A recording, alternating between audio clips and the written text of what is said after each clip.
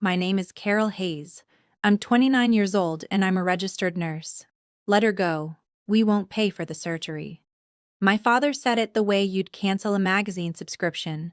No hesitation, no trembling voice. He signed the Do Not Resuscitate order at 11,018 on a Tuesday night, not because the doctors told him I was beyond saving, but because the billing department told him the number. That was all it took, and when I woke up 3 weeks later, bruised, broken, barely able to lift my own head, I discovered the DNR wasn't even the worst thing he'd done while I was unconscious. What I did in the next 24 hours didn't just change my life, it collapsed his. I was born with a hole in my heart. The surgery was when I was 4. It cost my parents over $200,000, and my father never let me forget it. "You know how much you cost this family, Carol?" He said it the first time when I was 8. I'd asked for new sneakers because mine had a crack, and my socks got wet every time it rained. He was sitting at the kitchen table with a stack of medical bills. He didn't look up. By 12, I'd stopped asking for anything. By 15, I was babysitting 3 houses on our block to pay for my own school supplies. By 18, I signed my first student loan alone, while my older sister, Renee, packed for the state university my parents were funding in full. The only person who never mentioned that debt was my grandmother, Margaret. She lived in a small brick house on Elm Street. I visited her every Saturday, brought her groceries, checked her blood pressure, and sat on her porch swing while she talked about nothing and everything. Near the end, her hands shaking, she said something I didn't fully understand. "I've taken care of things for you, Carol. When the time comes, a man named Kesslin will find you." I thought she was confused. She was 84. I assumed it was the medication. It wasn't. 3 months after her funeral, I was driving home from a 12-hour overnight shift at Fort Hood at 17 in the morning when a pickup truck ran a red light doing 50. It hit the driver's side of my car so hard the frame folded like paper. Traumatic brain swelling. 4 broken ribs. Internal hemorrhaging. The ER team at St. Mate, Catherine's, my own hospital, opened me up within the hour, but the bleeding wouldn't stop. They needed a second surgery and someone had to authorize it. My emergency contact was my father, Gerald Hayes. He arrived at 10:47 that night and didn't go to my room first. He walked straight to the billing department and asked one question: "How much is this going to cost?" When they told him the estimate, $188,000 to $240,000, he told the surgeon I had no healthcare proxy and set the words later printed on an official hospital incident report: "Let her go. We won't pay for the surgery. She's been a financial drain her whole life." Then he signed the DNR. His hand was steady. He asked if there was anything else to sign and walked toward the elevator without looking through the glass at my room. The head nurse on my floor that night was Patricia Walsh. 28 years on the floor, a memory that missed nothing. She heard every word. Instead of screaming, she did something better. She sat down and opened my employee file. 3 years earlier, I had signed my healthcare proxy over to my best friend, Beverly Carter.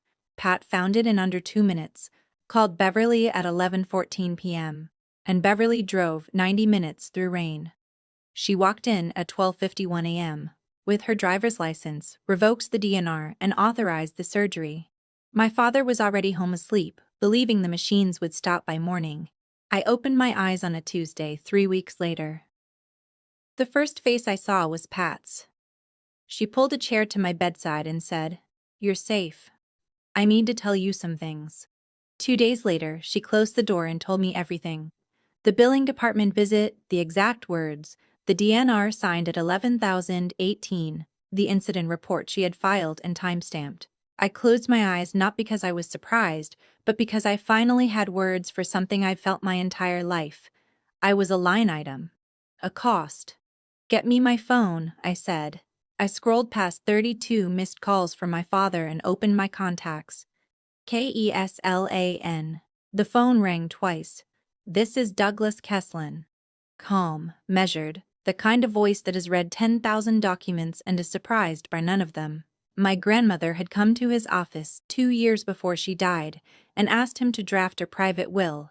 The house on Elm Street to Carol Marie Hayes. A trust account of $85,000 to Carol Marie Hayes. The deed was already recorded at the county in my name. My father had intercepted the letters and told Kesslin I'd moved out of state. Then, while I was in a coma, he forged my signature on a power of attorney, tracing my handwriting from old medical consent forms, used a notary who owed him a favor, transferred the house into his name, and took out a $280,000 mortgage against it. The money went to pay gambling debts. Kesslin ran the deed records on the phone, and the fraud was immediate and total. "Do you want to press charges?" he asked. "Not yet," I said. "I want to see how deep this goes first." I was discharged 5 days later. My father arrived with a suitcase, already announcing I was coming home with him. "That's kind of you, Dad, but Beverly's picking me up." His face shifted. He walked out without saying goodbye.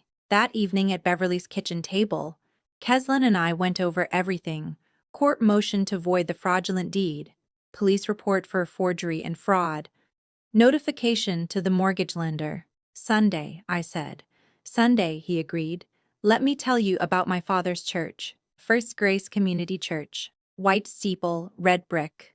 About 120 people who had known Gerald Hayes for 15 years. He was a deacon. He ushered at the door, read scripture, organized the men's breakfast. The pastor called him a man of faith and sacrifice from the pulpit. Every first Sunday of the month, the church held a community potluck gathering with a standing microphone up front. Gerald always spoke about gratitude, family, and giving without expectation. That Sunday, Gerald took the microphone and told the room that his youngest daughter had been in a coma for 3 weeks, that he had prayed every single night, and that he had never left her side. He turned and gestured at me near the back wall. Applause, warm, genuine applause. Then he opened his arms, expecting an embrace. I walked toward him. "Dad, can I say a few words?" He handed me the microphone. He had no choice in front of 120 people who had just heard him call me his miracle. "Thank you for your prayers. I'm truly grateful to be standing here. But I need to correct something my father just said." He was at the hospital once, the night of the accident. He went to the billing department first. Then he spoke to my surgeon. When they told him the cost, he said, and these are his exact words in a hospital incident report, "Let her go. We won't pay for the surgery. She's been a financial drain her whole life." Then he signed a Do Not Resuscitate order. Someone inhaled sharply. A woman in the front row covered her mouth. "I'm alive because a colleague found my healthcare proxy and called my best friend in the middle of the night. My friend drove 90 minutes in the rain to authorize the surgery. Not my father. Not my sister. A friend." Gerald stepped forward. "This is a private family matter." The side door opened. Douglas Kesslin walked in, gray suit, leather briefcase, unhurried, and stood beside me at the front of the room. My father saw him and, for the first time in my life, I watched Gerald Hayes look genuinely afraid. "This is Mr. Douglas Kesslin, my grandmother's attorney. She left me her house and her savings, notarized and probated 5 months ago.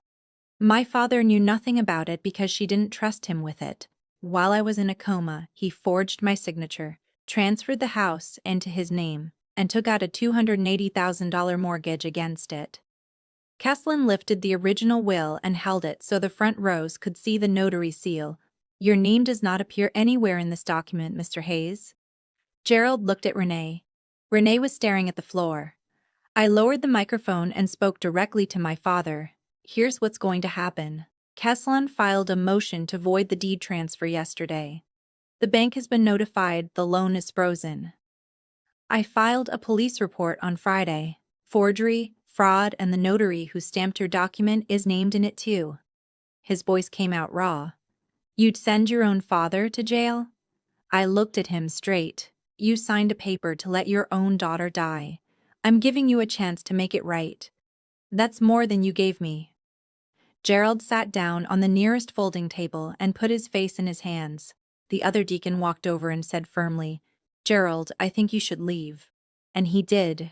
He walked to the door, turned once as if he had some final line ready. Nothing came out. He left. Within 48 hours, the mortgage was frozen. The court accepted the motion, and the police opened a formal investigation. Gerald stepped down as deacon by unanimous vote. His plumbing clients began canceling, most of them church members. He eventually accepted a plea deal, probation, full restitution, no prison time. He sold his house. It wasn't enough. The debt followed him out of town. 1 month later, the deed to Margaret's house was back in my name. Kesslin called with the ruling on a Wednesday morning. I thanked him. He said, "Thank your grandmother." Then after a pause, "She would have loved watching you in that fellowship hall." On a Saturday in late October, I drove to Elm Street, turned my key in my door, and stepped inside. Lavender. Margaret's lavender sachets tucked into every drawer. The scent of a woman who planned for everything. I sat in her rocking chair and didn't turn anything on. For the first time in my life, I was in a house that was mine. Not because I'd earned anyone's approval, but because someone had loved me enough to make sure I'd be okay. I used to believe being a good daughter meant absorbing whatever my family threw at me. Every guilt trip, every reminder of what I'd cost them. I took it all and said thank you. I was wrong. Setting a boundary isn't revenge, it's survival. And sometimes survival looks like a quiet man in a gray suit, a stack of notarized papers, and the courage to stand in a room full of people and say, "This is what actually happened." You don't owe anyone your health. You don't owe anyone your home. And you certainly don't owe anyone your life. My grandmother Margaret taught me that, not with lectures or shouting, with a letter, a house, and a lawyer named Kesslin.